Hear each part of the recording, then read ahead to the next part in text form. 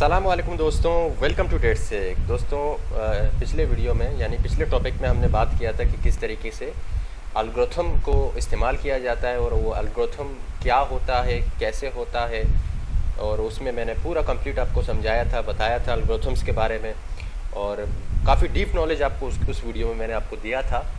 और testing purpose के लिए मैंने थोड़े बहुत एल्गोरिथम को इस्तेमाल किया पेलोड के साथ, यानी अपने रेट के क्लाइंट जो होता है उसके साथ, और मैंने रिज़ल्ट देखने की कोशिश की। तो यहाँ पर जो रिज़ल्ट निकल कर आया है मेरे पास वो मैं आपको बता देता हूँ। सबसे जो पहला रिज़ल्ट हमारे पास आया है वो एक नॉर्मल फ़ाइल का है, यानी कि उस फाइल का है जो ऑलरेडी डिटेक्टेबल है। जो रेट का फ़ाइल आप बनाते हो, ज़ाहिर सी बात है उसको तो बहुत सारे एंटीवायरस डिटेक्ट करते हैं। ये वो फाइल है जिसको 26 में से 21 एंटीवायरस डिटेक्ट कर रहे हैं। फिर मैंने उसमें MD5 एल्गोरिथम को इस्तेमाल किया, तो कितने एंटीवायरस? 9 एंटीवायरस हो गए, ठीक है। और कौन कौन से एंटीवायरस? लगभग जितने बड़े बड़े एंटीवायरस हैं वो सब बाईपास हो गए, ठीक है। जैसे एवेस्ट है, AVG है, बिट डिफेंडर है, ये सब बाईपास हो गए। विंडोज़ डिफेंडर है, कैस्पर है, ईस्ट ने डिटेक्ट कर लिया। ईस्ट तो लगभग हर चीज़ को डिटेक्ट कर लेता है। फिर मैंने दूसरा एल्गोरिथम इस्तेमाल किया, उसमें जो है मुझे रिजल्ट मिला 6 एंटीवायरस। अब 6 एंटीवायरस में से बेशतर एंटीवायरस यहाँ पर आप देख सकते हो वो डिटेक्ट नहीं कर रहे हैं। यहाँ पर जो है ये डिटेक्ट कर रहे हैं, और यहाँ पर इसने लगभग इनको बाईपास कर दिया है, ठीक है। यहाँ पर जो है इसको बाईपास कर दिया है, एवेरा डिटेक्ट कर रहा है, बाकी इन सबको बाईपास कर दिया है लगभग, ठीक है जी। यानी एल्गोरिथम जितना आप चेंज करते रहते हो एंटीवायरस का डिटेक्शन कम होता रहता है। ये डिपेंड करता है उन एल्गोरिथम को आप किस तरीके से इस्तेमाल करते हो, और आपको एल्गोरिथम का कितना ज़्यादा नॉलेज है, आप अपनी कोडिंग किस तरह से इस्तेमाल करते हो, ये आप पर डिपेंड करता है। जैसे कि मैंने पिछले टॉपिक में कहा था कि आपकी अच्छी पकड़ होगी एल्गोरिथम पर, और अगर आपकी अच्छी पकड़ होगी कोडिंग पर, तो ही आप इस डिटेक्शन रेशो को और ज़्यादा कम कर सकते हो। वैसे तो मैंने मेथड्स बहुत सारे आपको बताए हुए हैं, अगर उन सारे मटेरियल्स को कंबाइन किया जाए एक ही साथ, यानी मिला दिया जाए, तो बहुत अच्छा रिजल्ट निकल कर आ सकता है। तो हम अपने RDP की जानिब चलते हैं, जो हमारा वर्चुअल लैब है जहाँ पर हम ये सारी चीज़ें करेंगे। तो मैंने आपको शुरुआत में ही कहा था कि या तो ऐसा इन्वायरमेंट बनाएं या तो ऐसा लैब बनाएं अपने लिए, ताकि आप वहाँ पर इन सारी चीज़ों को टेस्ट कर सकें। तो दोस्तों हम आ गए अपने लैब में, यानी अपने रिमोट डेस्कटॉप पर, और आप देख सकते हो आज जो है हम एवेस्ट को बाईपास करेंगे, और एवेस्ट अभी जो है फुली प्रोटेक्टेड है। और इसका अपडेट भी मैं आपको दिखा देता हूँ कि इसका अपडेट कब का है, ठीक है। तो हम इसके यहाँ से मेन्यू में चले जाते हैं, ओके। यहाँ पर इसको बंद करके दोबारा से ओपन कर लेते हैं। यहाँ पर और हम इसके मेन्यू में जाते हैं, और यहाँ पर मैं इसका वायरस डेफिनेशन भी आपको दिखा देता हूँ। ये देखें, रिलीज़ डेट 26 वायरस डेफिनेशन है, यानी कल का अपडेट है, ये फुली अप टू डेट है ये। और यहाँ पर मैं पहले 2 फाइल्स को आपको चेक करके दिखाता हूँ। ये वो फाइल है जिससे बेस 64 से हमने कन्वर्ट किया है। इस फाइल ने बहुत सारे एंटीवायरस को पहले तो बाईपास कर दिया था, ठीक है जी। लेकिन एवेस्ट एक बड़ा एंटीवायरस जिसे नॉर्टन और ईस्ट के जैसा एंटीवायरस है ये, और ये वो आम फाइल है जो कि हम बनाते हैं, जो अभी मैंने आपको दिखाया था। और ये बेस 64 का इनक्रिप्टेड फाइल है जिसने पहले टॉपिक्स में एंटीवायरस इसको बाईपास किया था। तो अब ट्राई करेंगे क्या ये वेस्ट को बाईपास कर सकता है या नहीं। तो पहले इसको रन करते हैं, देखते हैं वेस्ट इसको पकड़ता है कि नहीं पकड़ता। डेफिनेटली इसको तो पकड़ेगा, क्योंकि ये तो आम सा, ये देखें पकड़ लिया है वेस्ट ने इसको और डिलीट कर दिया, ट्रेड सिक्योर्ड। अब देखते हैं कि इसको पकड़ता है नहीं पकड़ता। यहाँ पर इसको स्कैन करके देखते हैं पहले। इसका स्किन टाइम को नहीं पकड़ पाएगा, देखें स्किन टाइम नहीं पकड़ा इसने। लेकिन अब देखते हैं रन टाइम में इसको पकड़ेगा या नहीं पकड़ेगा, तो पता चल जाएगा हमें कि इसको रन टाइम में पकड़ता है या नहीं पकड़ता, ठीक है। हो सकता है कि रन टाइम में इसको पकड़ ले।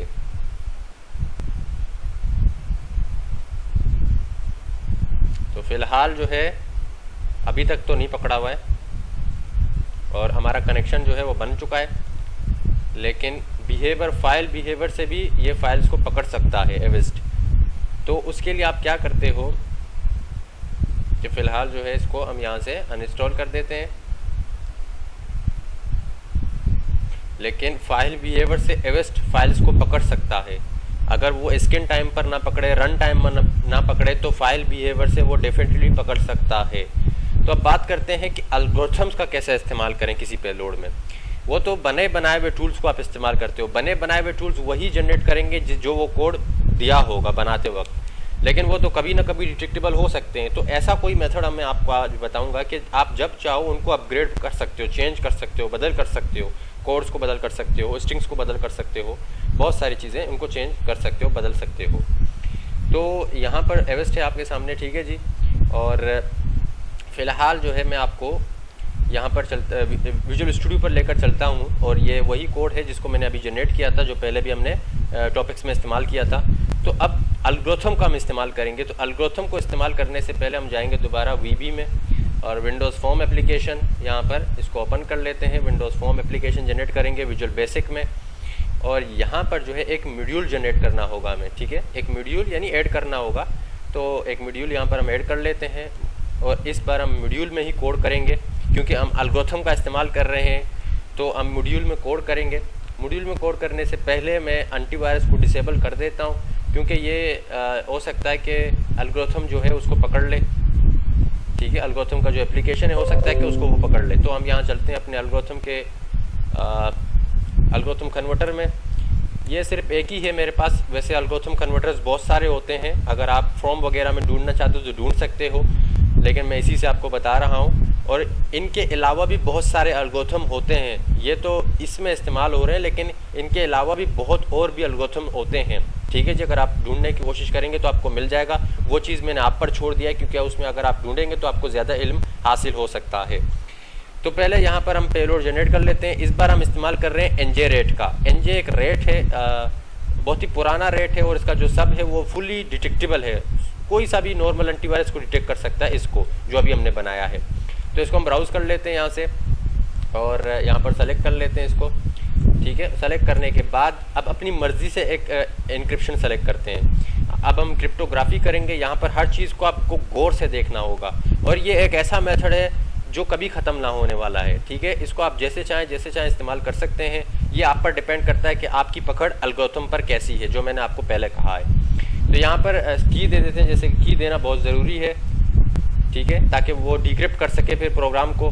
तो एन्क्रिप्शन सेलेक्ट करते हैं, और यहाँ पर हम सेलेक्ट करते हैं इस एन्क्रिप्शन को, ठीक है, या अपनी मर्ज़ी से कोई सा भी सेलेक्ट कर सकते हो। मैंने ये सेलेक्ट कर लिया है। तो हमारा पेलोड का जो फाइल है वो आ चुका है। और एक ख़ास बात मैं आपको बता दूं, जितनी बार आप पासवर्ड को चेंज करेंगे उतनी बार ये कोड चेंज होते रहेंगे। अब डिपेंड करता है कौन सा कोड किसको डिटेक्ट करता है, कौन सा कोड कौन से एंटीवायरस को बाईपास करता है, ये डिटेक्ट करता है, ये डिपेंड करता है उस पर। तो इसको हमने कॉपी किया। कॉपी करने से पहले यहाँ पर एक प्रोग्राम को पहले सेटअप करना होगा आपको। ओके, तो सबसे पहले जो है आपको यहाँ पर एक सब मैन, ठीक है, और यहाँ पर आप नीचे चले जाएँ। ओके, सब एंड हो गया वहाँ से खुद ही। तो यहाँ पर होगा डिम, ठीक है, dim a as object. Okay, यहाँ पर स्पेस देना पड़ता है, नीचे चला जाता है वरना। फिर उसके बाद जो होगा 2 कॉलम्स होंगे, उसके अंदर जो है आपका सॉरी इज इक्वल टू, मैं यहाँ पर इज इक्वल टू देना भूल गया, इज इक्वल टू 2 कॉलम्स होंगे, और आपके कॉलम्स में जो है आपका यहाँ पर आपके फाइल्स होंगे, सॉरी, और यहाँ पर जो है आपका कोड होगा जो कि आपने अभी जनरेट किया है। और यहाँ पर आप जो है इसको कॉपी करेंगे अपने कोड को, और यहाँ पर सिंपली आप उसको पेस्ट कर देंगे। उसको पेस्ट करने के बाद अब जो है नीचे आप जाएंगे थोड़ा सा, और यहाँ पर, ठीक है जी। उसके बाद डिम जे या तो जो भी ये वो स्ट्रिंग है जिसमें जो भी आप देना चाहते हैं वो आप दे सकते हैं, ए दे दें या जे दे दें, डी दे दें, जो आप देना चाहते हैं दे दें। ओके, तो यहाँ पर जे एज स्ट्रिंग, ठीक है, और उसके बाद आपका होगा ए, ओके, इज इक्वल टू ए, ठीक है, ओके। और इसके बाद आप यहाँ से नीचे जाएंगे, उसके बाद डिम जेड एज बाइट, ठीक है जी, और आपका यहाँ पर होगा convert byte is equal to convert, okay, इसके अंदर कन्वर्ट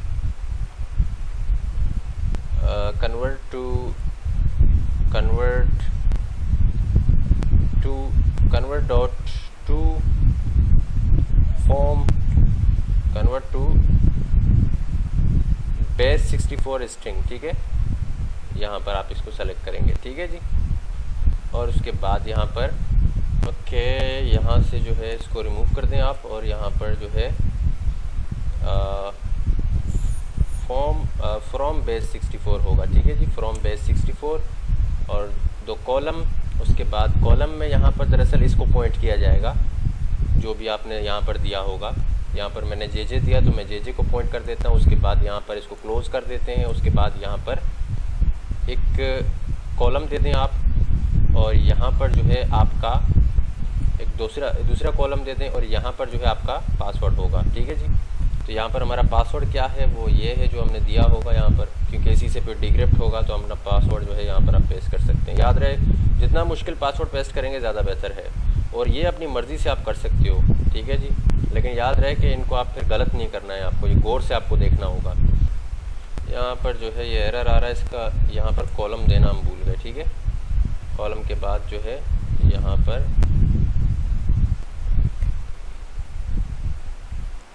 तो यहाँ पर जो है इसको हम रिमूव कर देते हैं, क्योंकि इसकी हमें कोई ज़रूरत ही नहीं है। फिर जो है यहाँ पर आप इंटर करें, और उससे पहले हम जो है अपने डिक्रिप्शन में फंक्शंस को यहाँ पर ऐड कर लेते हैं, ठीक है। यहाँ पर हम डिक्रिप्शन फंक्शन को ऐड करते हैं, जिसका इंक्रिप्शन है उसके डिक्रिप्शन होंगे। आप यहाँ पर ये रहा, इसका डिक्रिप्शन फंक्शन है, तो हम इसको यहाँ ऐड कर लेते हैं। अब ऐड करने के बाद याद रहे कि ये यहाँ पर वो डिक्रिप्शन होना चाहिए, क्योंकि फिर डिक्रिप्ट करने का उसका मेथड ही देखें। अब एरर चला गया।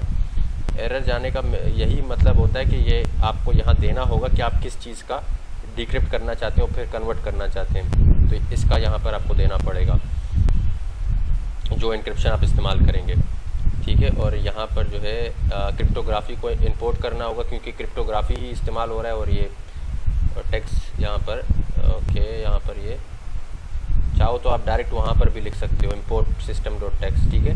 अब एरर सॉल्व हो चुके हैं। यहाँ पर एक और आपको कमांड टाइप करना होगा, app domain dot current domain load, ठीक है। उसके बाद जो है यहाँ पर एंट्री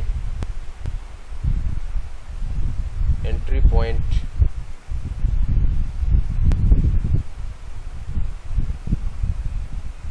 यहाँ पर एक एरर है, इसको रिमूव कर दें।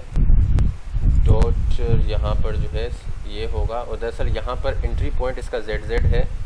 वो कैसे, वो क्योंकि ये है एंट्री पॉइंट इसका, ठीक है। इसको हमने पॉइंट करना होगा यहाँ पर। तो उसके बाद entry okay dot entry point dot invoke, ठीक है जी। और उसके बाद कॉलम नथिंग, उसके बाद space nothing, okay and done. ये देखें आप, कोई भी एरर नहीं है इसमें। इसी तरीके से आपने पॉइंट किया इसको, ठीक है। फिर यहाँ से पॉइंट किया हुआ है आपने इसको बेस 64, फिर यहाँ से जो है पॉइंट किया हुआ है आपने इसको। याद रहे कि इनको आप चेंज कर सकते हो जिस तरीके से मैंने आपको पिछले वीडियोस में दिखाया। ये दरअसल स्ट्रिंग्स होते हैं, इनको आप चेंज कर सकते हो, ज़्यादा डिटेक्शन रेशो कम हो जाता है। फिर इनको इस तरीके से किया जाता है, जैसे डॉट डॉट, और आपने चेंज किया इसको किसी और इंक्रिप्शन में, जैसे यहाँ पर आपने एक पासवर्ड जनरेट किया और फिर आपने इसको चेंज कर दिया, ठीक है। जैसे यहाँ पर मैं आपको करके बता देता हूँ इंक्रिप्शन, और आपने इस इंक्रिप्शन को इस्तेमाल किया और यहाँ पर इसको आपने कर दिया चेंज, ठीक है। यहाँ से आप चेंज करेंगे तो वहाँ पर भी आपको चेंज करना होगा, वरना एरर दे देगा।